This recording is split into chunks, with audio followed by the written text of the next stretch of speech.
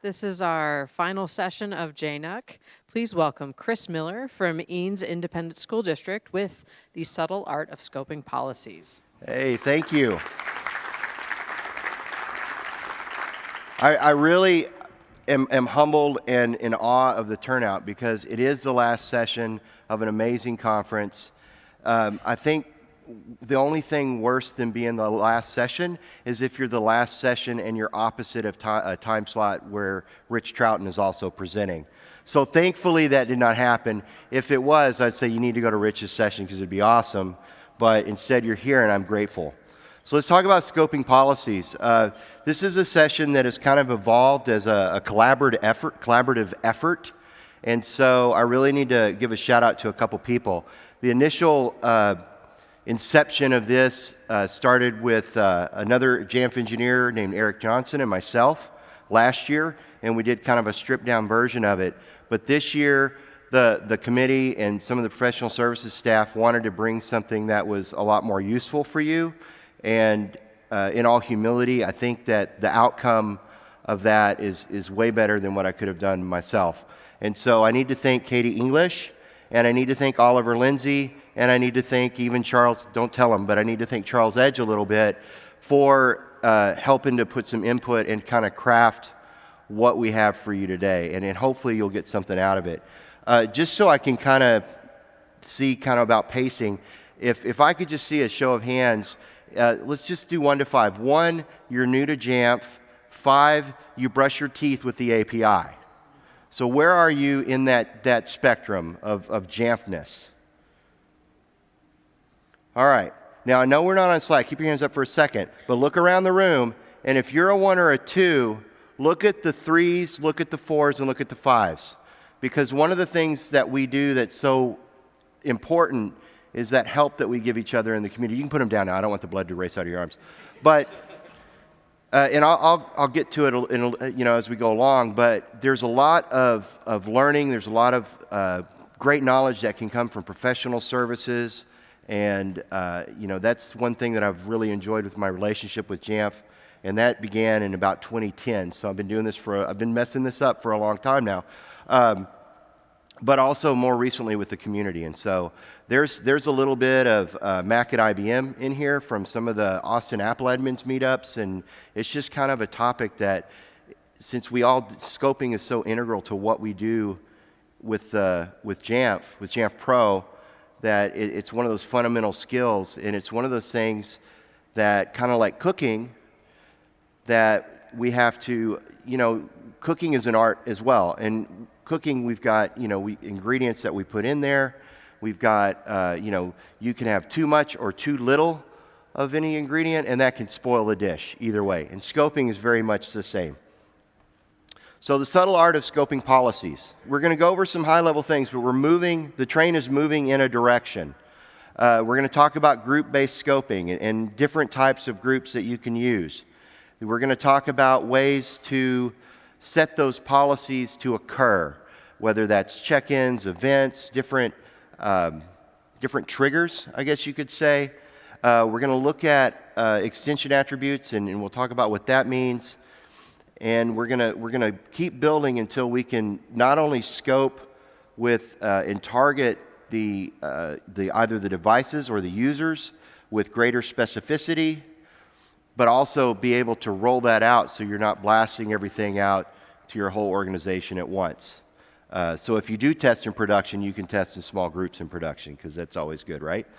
We're going to look at some things that can end up in some pain on your part and a lot of hours of work. So we're gonna learn how to not poke the bear, and then we're gonna look at some challenges and kind of put all this in a context, and we'll have time for questions. And we're gonna do all of that in the next 3 minutes. So let's get going. All right. Group-based scoping. So finding our scope. Using groups for scope is one of those tried and true skills. It's one of the basic skills. It's fundamental. We don't want to do everything one at a time, so we use mobile device management platforms so that we can affect large numbers of devices and users. So there are two different types of groups. There are static groups and smart groups. and they each have their own pros and cons. So let's talk about that. So this is an example of a static user group. Now, static group membership is relatively unchanging. So you're going to assign devices or users to that group, and they're going to stay in there except for the event, for re-enrollment. Members of the of a static group stay static. With smart groups, on the other hand, they are smart, right? They change. They're based on variables. So the criteria that you use to set these variables or to identify parameters are very Boolean in how they're constructed, and they're changing. The scope can change. In this example, this is a smart group looking for macOS versions before 10.13. So I'm going to have some examples of some types of groups that I actually use in my production environment but the examples are coming from the beta so that I don't expose user data and things of that nature. Here's another smart device group, and this is very similar to how we set up scoping for students in particular grade levels and on particular campuses based off of what's in LDAP. So the user and location information, it pulls in from, in our case, Active Directory, and these fields in our organization are populated and we'll actually go behind the scenes and map to them. So when students move from 4th grade to 5th grade at a building, I don't have to do anything because I'd prefer to go hang out at Lake Travis and have mojitos and relax because, well, actually summertime's busy for K-12. So while we're still reviewing the basics, what are the pros and cons? So there's times when you would use each situation or each type of group. As we said, smart groups give us changing and an intelligent scope, but the cost is increased resource demand on your servers. The static groups can be difficult to create at scale, but they're very lightweight. So how do we ease the burden of creating static groups? If they're lighter, they're a little bit easier to run, they're hard to make, there are workarounds for that. One of the tools that I like to use, and I don't know how long it's going to be hanging out, is the MUT. Not only does the MUT have a cool icon, and that's why I choose it. I use the MUT for API work. It's a graphical front end for API calls. Similar to the way I use CyberDuck for all my SFTP uploads. If it's got a cute animal, I'm going to do it. But the MUT stands for Mass Update Tool, and it has a lot of functionality. And one of the main advantages of it is that you have the ability to create and update static groups via CSV upload. You can actually do a whole lot more than just update static groups. You can set device names. You can update asset tags. It's really Mike Levinick developed this, and it's got a lot of cool functionality. And I think he just kind of did it to do it. It's one of those amazing things that some of these Jamf engineers do. They just, I don't know if they sleep, they just program stuff. And I use this quite a bit. The functionality is built on the Jamf Pro REST API, so you actually don't need to use the MUT to build groups at scale, but like I said, it provides that nice GUI. So shout out to Mike for making this. Another thing is the inventory preload that we saw from day one, right? How many of y'all remember that from the keynote? That's kind of cool. That's kind of MUT-like. It's kind of a way of taking a large group, updating some criteria on those devices. Right now, I think it's for iOS. Is that right, Katie? Inventory preload mainly for iOS, but maybe, we all call and ask, maybe they'll expand that. So I like the fact that Jamf is looking at this and they're expanding these tools to make these functionalities a little bit more useful for us. So group-based scoping, another way of differentiating groups within Jamf is device versus user-based. And that's another aspect of the art because there are some situations where device-based makes sense. There's some, and it may in fact be a little bit more stable, but there are also situations to where scoping to users makes more sense for what you're trying to achieve. So, with device-based, the policy is tied to the device. So in the case of an iPad, it's going to be tied to that specific iPad. If your criteria tends to be generic, all-encompassing, so I want all of a certain model to receive a policy, these work pretty well. It also gets very specific if I want to target devices that have one example I use is I have a policy that runs on devices that are with a certain serial number so that I can look at affecting those because I did purchasing for one particular group. So I know that this PO was with these assets, and then I want to target that. So you can actually do it with specificity. This is especially true with also looking at things, in my opinion, for patch policies, updates, inventory reporting. Another group I've been looking at lately, though, is user-based. So we're a one-to-one environment, and how many of you are in K-12, where you have kids with devices? All right. What do kids do to devices over time? They break them, right?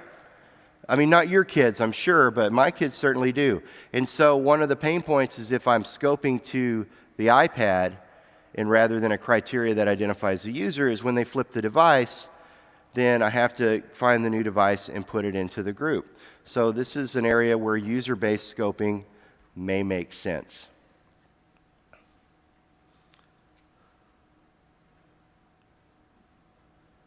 All right. So let's talk about when policies occur. So we've got our buckets of groups. We've got the smart groups that are kind of intelligent and they change up. We've got our static groups that are fixed and stay the same. We've got groups of people. We've got groups of stuff. Now let's do things to them.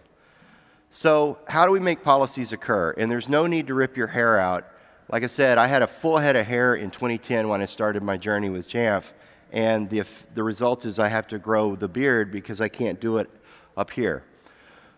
I think for me, the workhorse of events is the recurring check-in. And you can set that at different rates within Jamf, but usually I have mine set to check in daily. And so when they check in, they phone home to Jamf. The device will phone home, whether it's a Mac or iOS or tvOS. They'll do an inventory update. Recon will see what payloads are on it, and then if there's any policies that you've mapped to it that have changed since the last update, it'll execute those policies. But there are other events in there that we can lean on. We've got enrollment complete, we've got startup, and so this is kind of an example from Jamf. Well, it's not kind of an example, it's a screenshot from Jamf where you can see that you've got startup. You can execute policies on login, you can execute policies on logout, network state change, enrollment complete, recurring check-in, and you can even make custom events or to use older language triggers. And we'll look at that too. Some of these, in my opinion, seem to work better than others. I don't know if that's the official stance on that, but in my environment, recurring check-in tends to be my bread and butter for most things. I'm really intrigued by the ability to drop payloads before setup assistant is finished. I think that's a really amazing feature for us to be able to put some configuration profiles and kind of lock some devices into certain sets of restrictions before the kids get hold of it. In my case, the kids don't have the App Store, so they'll sit there and they'll try to reimage their device or wipe it so that one split second that payload hasn't come down, they can try to download Fortnite and then play Fortnite in class, which, I get it. I would too. So as the need for restarts and logouts decreases, I've come to rely less on associated events. I tend to now prefer, like I was saying, recurring check-in, but also a lot of self-service policies. So we've kind of moved in my organization away from doing a lot of things to the devices to allowing users access to things that they want to put on their devices. And that goes all the way down. We're K through 12, one-to-one iPad in my district, And so there are policies that are pushed to groups of students that may have special needs that cognitively that may not be a good choice for. And then there are some apps that are pushed to kindergartners, but by and large, unless it's like a testing app or something, mission critical, we're doing a lot of self-service so that they can go in and they can start to trigger those, trigger app downloads. It's really the main one.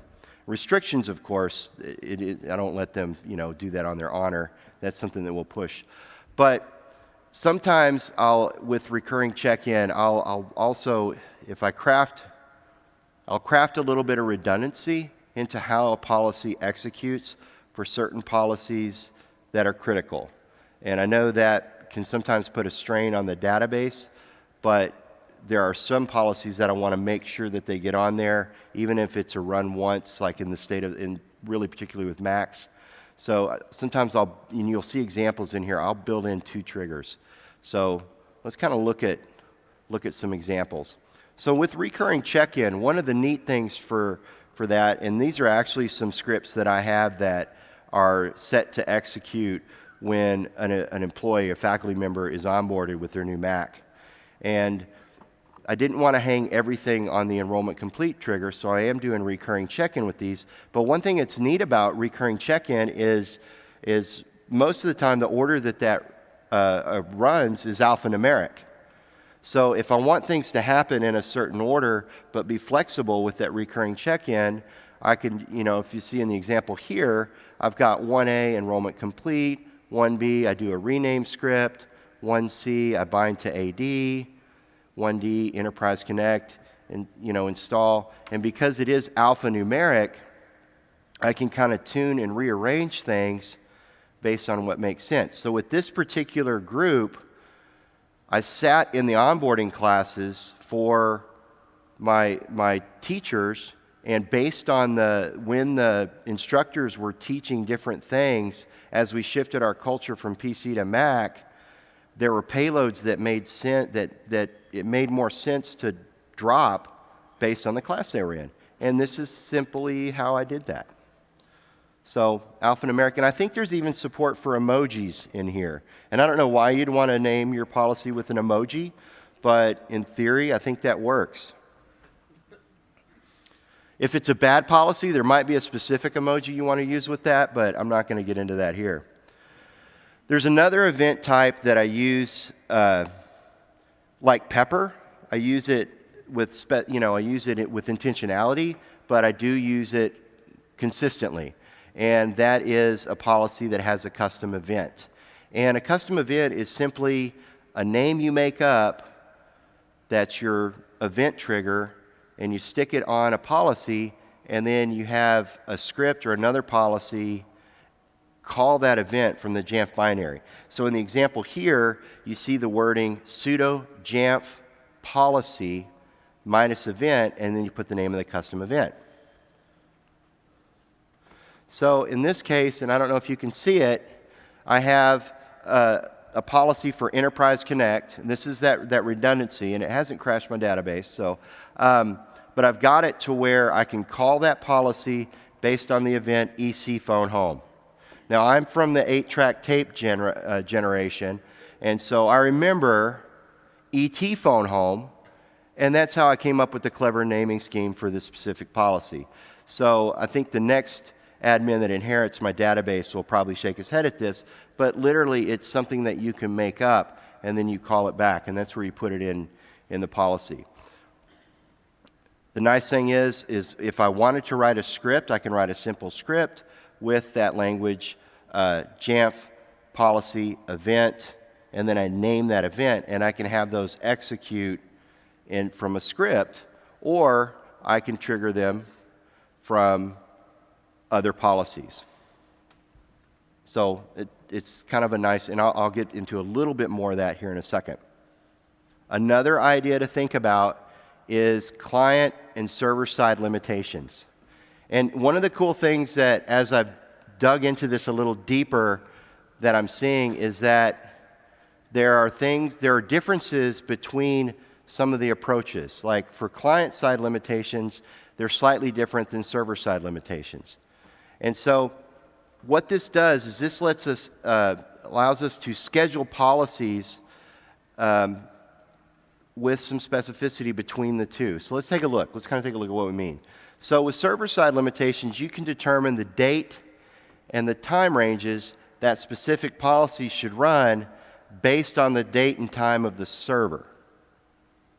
So if my server is in Austin, Texas, and my workforce is global,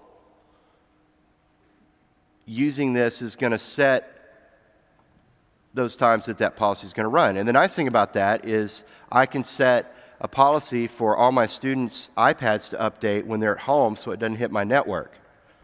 Not that I recommend doing that. So, client-side limitations are really different than that.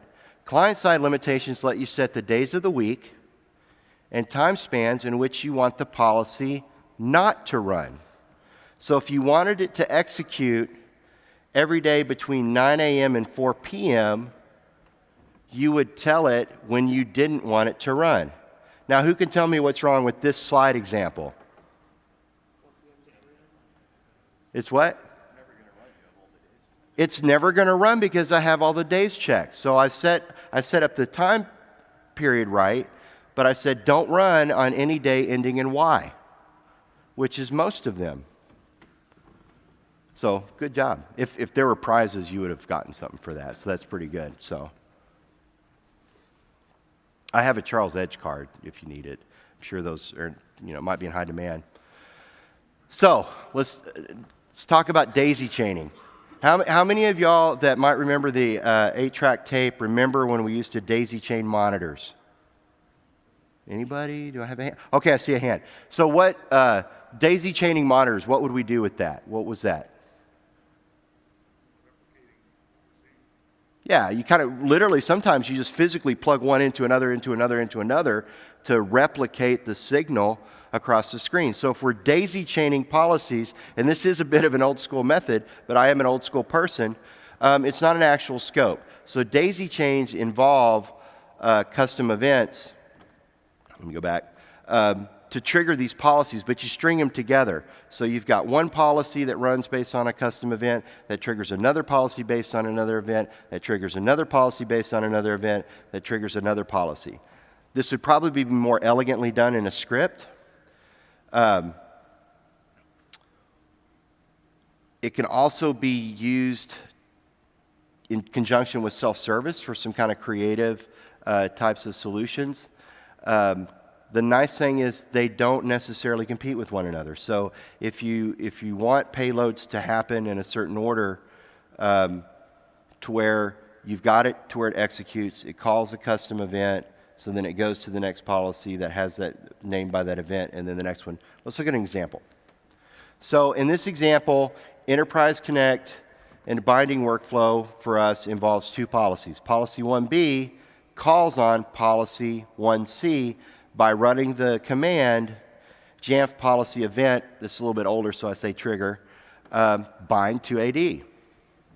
Now one of the drawbacks for this method is that there's no report of failure for later policies. So if for some reason it doesn't execute, none of the other policies execute, and unless I go back in and dig, I don't necessarily know why.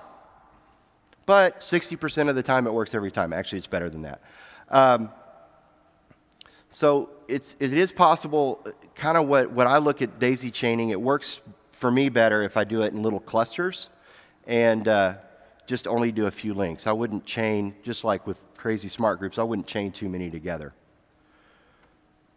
Another area we want to explore is called extension attributes. Who's heard of extension attributes? Good, okay, cool, all right. So extension attributes are additional fields that we can add data to, or that we can use to store data in the inventory record, and we can actually extend the inventory functions of Jamf Pro in some really interesting ways. When you're building extension attributes, you have the ability to use text fields, you can use pop-up menus, or you can use scripts. The first two options can work really well with manual entry, or you could use a tool like the MUT to update these fields, or you could use API, and you can do it very quickly. The script will allow you to, of course, run a script that can collect and output data into the field. One kind of interesting method of doing this is to create what's called a dummy receipt. So, and of course, you wanted a flow chart, right? Who showed up today saying, I really hope I see a flow chart? So, we brought that for you. Dummy receipts are an example of how we might use a scripted extension attribute. A policy runs, which creates or places a file, and then we have an extension attribute that checks to see if that file exists. Based on the results of that extension attribute, then we can scope a smart group to whether or not that file is there. So just know that there's extension attributes, we can have stuff in them, and we can actually do some creative kinds of things. Let's look at a kind of an example. One of the pain points for us, for some reason, is tracking access for employees in a school district can be daunting. Sometimes our faculty turnover on a good year, and I don't think my district's much different than others. If it is, don't tell me, because I really like being blind on how good we are. But faculty turnover can be between 15 and 20%. And it's usually concentrated in less than 60 days. So we don't always get a lot of notice when people are leaving. We don't always necessarily see them. And for some reason, because we do allow kind of a personal experience on the Macs, sometimes people like to take them with them. Making this more challenging is the fact that some teachers give notice well in advance, some teachers give no notice at all, and so we wanted to find a solution to where, based on how they're triggered in the HR's database, which does not talk to Jamf, that my inventory specialist can use a quick little trigger to change the state of the device. And so we use extension attributes for this. We created a simple pop-up menu that allows us to indicate a yes for when we receive a notice from HR, or we can change that field to where an appointment is scheduled, and this seems to work pretty well for her. A smart group is created based on the condition in that extension attribute when it's yes and only yes. And we have policies scoped to that. So because it can happen, a teacher may turn in their notice in March that, maybe they're moving or something. Well, I don't want to lock their machine down because it's kind of rude and they need to use it. So I might do something like I might politely change their wallpaper and put instructions in a PDF on their desktop saying how to make their appointment, how to, some of that kind of, try to be useful and inconspicuous, yet at the same time say, hey, we'd like this back when you finally do decide to leave us. And so we use this for that. And here is an example of the extension attribute. Now, when the appointment is scheduled with our inventory specialist so that we can collect the machine, then she changes the status from yes to appointment. And then that takes them out of the smart group, and they're free to put Galaxy print, cats, or tacos, or whatever they want as their wallpaper, and they quit getting annoying pop-ups from us. Another way, so we've talked about groups, we've talked about triggering things. Let's talk about doing this with a little more of a target. Let's hone this down. And I think Jamf's done a really good job building this in by setting limits. And we all need limits, right? Or else we'd be running amok with scissors. But these limits let us hone in on some smaller groups. So conceptually, imagine we've got a large group. So, say I've got a whole grade level. All right? But I want to target a very specific subpopulation within that group, and I don't want to manage a bunch of static groups because I automate because I'm lazy. So we limit our scope to just one subset within the larger group. So I've got a group to a scope, but I also have the ability to limit within that group. And say then we still have some users or devices that we don't want to push that policy out to, usually people that sign my paycheck. So I will exclude them. So what I have left is a very specific slice of a larger group that gets a whole lot closer to the people that I want to provide that app or that service or possibly that restriction to their device. So the way we do this in the Jamf GUI, so deployment targets will allow us to select whole groups. Those groups can be, actually a group can be an individual computer or device, or it can be a computer or device group. It can be a user or a user group. It can be a building or a department. For example, I can scope to an entire elementary school. I can scope to a specific user group, and it can be a static or a smart group, or even specific departments that pull in as a criteria from LDAP, like English or Fine Arts. Well, not LDAP, I apologize. It's the wrong screen for that. But even specific departments as those departments are defined in inventory collection in Jamf. Limitations, though, give us a little bit different take on it, and it's really cool because targets have one set of criteria that I can use, but limitations also allows me to do network segments. I can then now start pulling in LDAP and local users, or LDAP and local user groups. So I can have a whole grade level, but I can limit to one directory group. I can even do iBeacons. So I can have a policy that triggers when they walk by the help desk to pop up to say, hey, update your whatever, and that policy only is limited to the people I want it to run on when, in theory, they walk by the iBeacon, if it senses the iBeacon. Then exclusions, and the tab's called exclusions. It allows you to remove certain people from that group.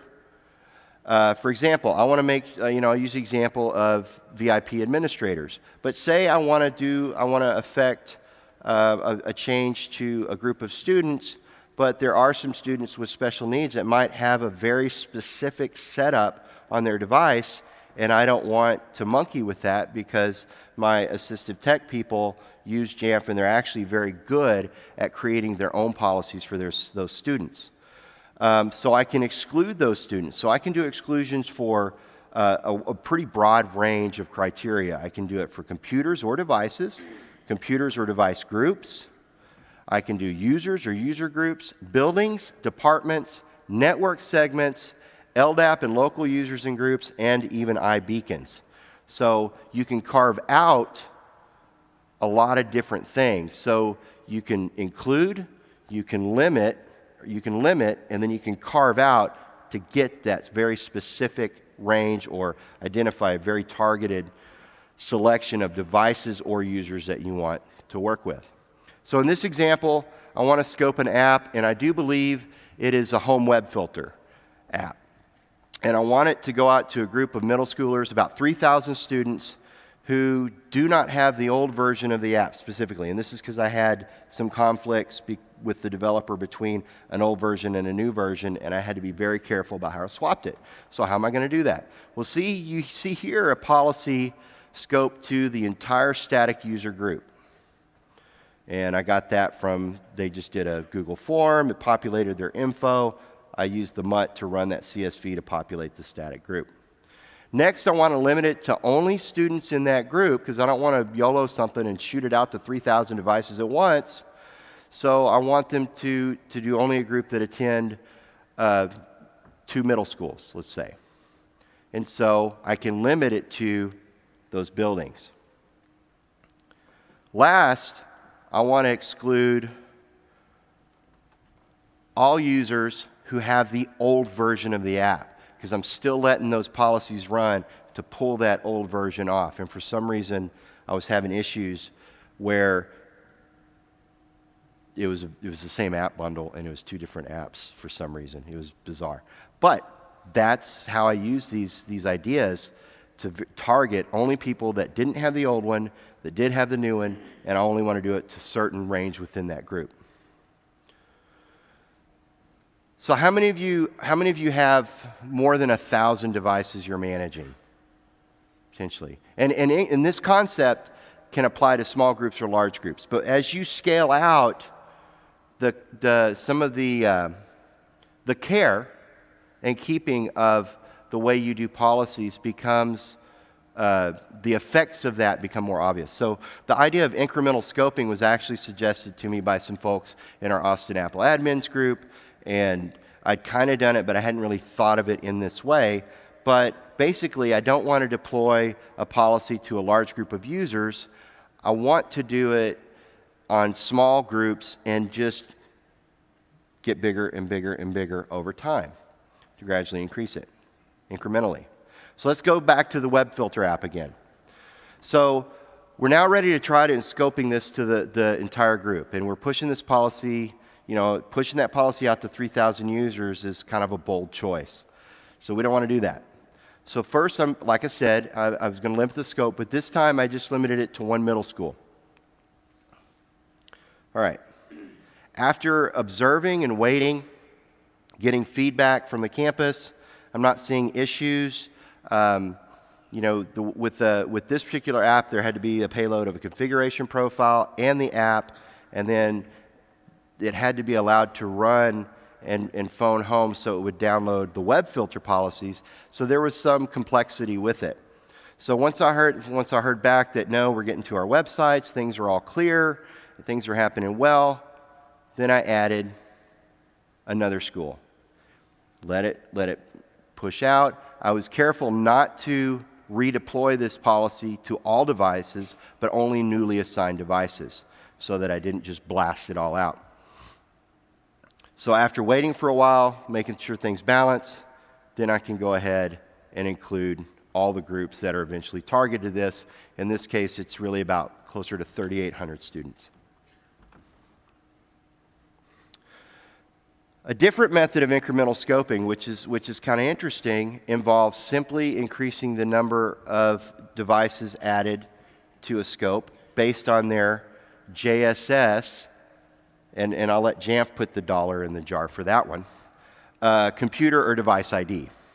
So each asset in inventory receives a numeric number, a computer ID for Mac OS, a device ID for iOS or tvOS devices, and you can easily locate this range by viewing an inventory search of all devices. And while the number of devices do not always correlate with the number that they are in inventory, you can get pretty close, and it's a pretty good way moving forward. So in this example, we've got a simple smart group made of Macs that have a JSS computer ID less than 500. So in my Jamf, this actually pulled up about 325 devices because we have some older devices that had these numbers that we eventually removed from DEP and we sold to a third-party reseller, and so I wasn't managing them anymore. In this example, we have an iOS tvOS device group, and be careful with that, between 500 and 999. So you see I do the Boolean, we're doing JSS mobile ID that's more than 499 and JSS mobile ID that is less than 1,000. And so it gets me that group. And based on that criteria, again, it was about 300 and something devices. But you gradually increase those parameters until you've got all the possible devices that might fall within that policy that you need to execute. Now, that's a lot of tricks on how to do this in the GUI.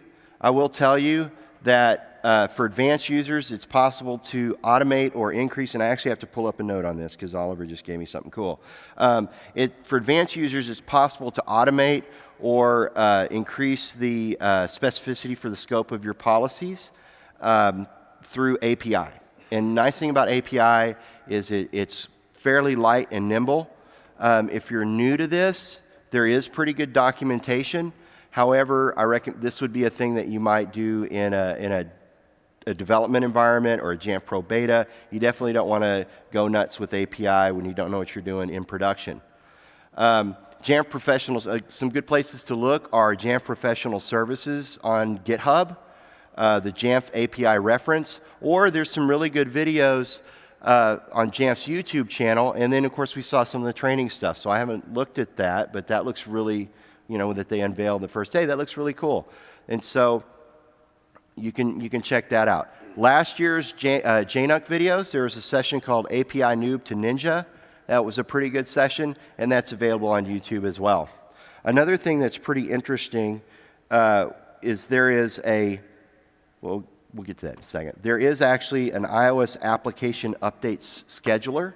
So when we looked at criteria, we looked at server-side and client-side, so we want to do stuff based on time. That's another tool that's available on GitHub that looks pretty interesting. And to find that, you just Google iOS application update scheduler, GitHub, and Jamf. And that's a lot of words, but that'll get you to it. And it looks really cool. I'm looking forward to digging into that one. Here's some of the links if y'all want to take a picture.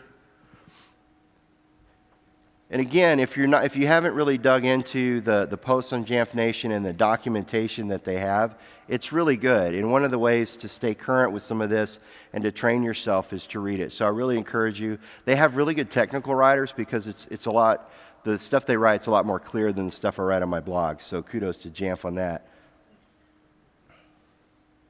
Got it? Okay. All right. So what not to do? Don't poke the bear. The bear gets kind of angry sometimes. A properly configured Jamf Pro cluster or Jamf Cloud instance can handle some pretty huge loads. And I'll have to admit that I allow a lot of our instructional folks to make policies and make some app decisions that make sense for what they're wanting to do. The downside of that is sometimes those aren't artfully crafted, and so I have to kind of keep check on it. But you know, it is possible to misconfigure policies that could put Jamf under excessive strain, and you'll see performance hits. This seems to be more of an issue the larger your scale is. That being said, there's a lot of ways to work with this, but let's talk about a few ways to avoid having basically a built-up of failed or pending commands. So, smart groups. So, too much of a smart thing isn't a smart thing. So this is definitely an area where less is more. You know, you can put a lot of criteria in a smart group, and I've seen some pretty wild examples. Smart groups are calculated as clients check in, and normally this isn't an issue, but increasing the number of different criteria that need to be calculated within a smart group can increase the resource load or how hard your infrastructure has to work. Now, if you're using Jamf Cloud, just pound it. You're paying for the service. But if you're on-prem, they're really good. They're smart people. They can fix it. If you're on-prem, though, I mean, even in Jamf Cloud 2, it's something that you want to be aware of. It's important to simplify things as much as possible. And that's why some of the concepts we went over, I'm just giving you tools so that you can creatively think about the way you're making these policies, and so that you can make a workflow that's as simple and as streamlined as possible.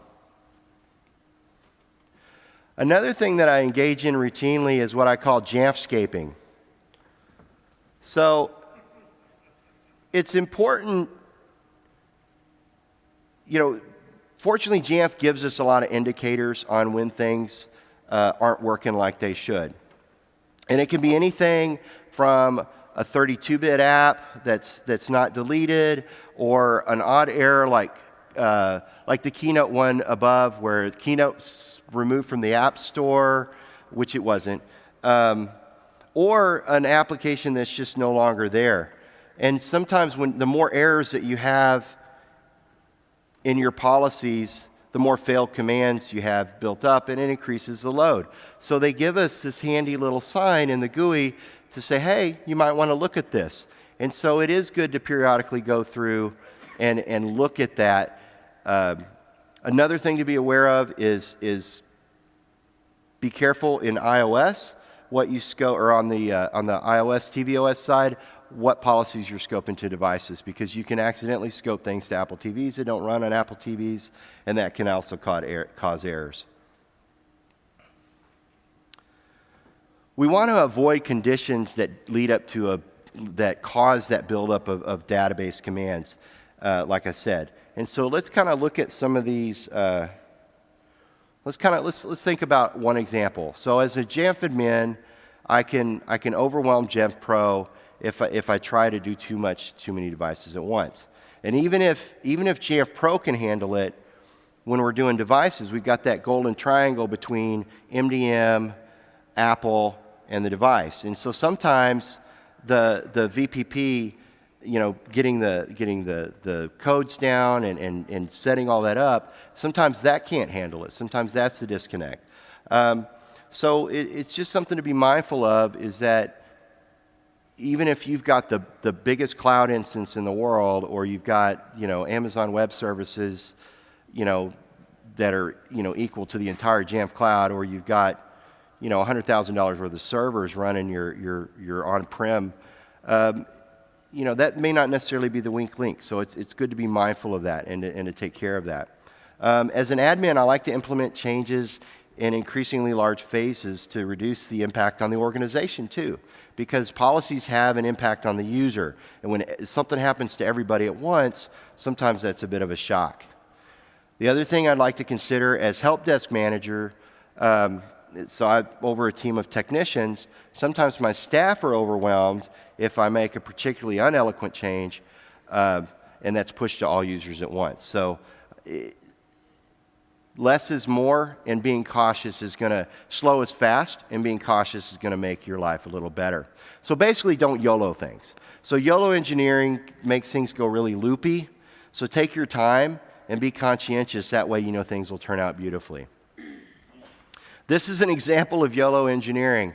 So if you look, self-service mobile is trying to install itself every minute repeatedly, and the device has it, but for some reason the communication's not happening, and that's an example of some of the weirdness that can happen if commands build up. But with a little sense and practicality, things can turn out beautifully. All right, let's do one example. I just want you to consider one example, and then we'll take some questions. These are some things that you might consider a Jamf admin did, or that if you were a Jamf admin, what would you do? So here's one story. When I was an admin and the West Coast team pushed a Microsoft Office update that had passed, but they pushed it to the whole company overnight, and in the morning the help desk was flooded with calls from the East Coast users because everyone was stuck at the policy running screen when they tried to log in, because somebody decided to create a new policy for the push and left out a needed script. What's one of the things we talked about that would help, in the sense that you have a local office that manages users across a global scale? Small. What somebody else said it? Limitations, exactly. So that's where you might put client-side limitations. Let's do another one. Retail. We'll go ahead and go past that. It's kind of, because we're kind of wrapping up. So just to kind of hash out what we talked about, we looked at some of the ways that we can scope policies. We got different types of groups. We can do whole groups. We can carve those groups. We can limit those groups. We can craft different events to make policies execute. We can use different tools like the MUT. We can use API so that we can create and populate users and devices into those groups. And then we also learn that we need to have a little bit of caution and care when we're doing these things, so that we don't adversely affect either our users or adversely affect the database. So that being said, I'm going to open it up for questions. Actually, if you don't mind, I think our friends need to go ahead and strike their room. So fine. Would you mind taking questions outside? I will take questions outside, Katie. Perfect. Thank you so much, Chris. Thank you to all the presenters, all the attendees, all the sponsors.